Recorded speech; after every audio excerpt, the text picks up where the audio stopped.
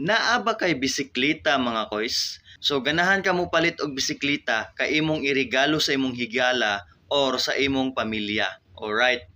So ang plite sa bisikleta mga koys no kay 215. So mao na siya ang iyahang bill of lading sa bisikleta. 215. So ang bisikleta is considered as lost cargo. So alright.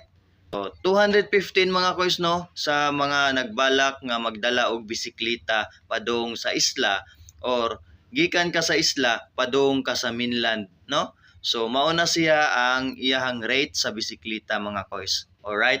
Salamat sa inyong pagtan-aw mga koys no. So ayaw gihapon mo pagkalimot pagtuplok anang naa sa ubos mga koys og ato nang isabwag sa uban mga koys aron makahibalo sila sa mga impormasyon nga ilang gikinahanglan sa ilahang kinabuhi. Alright.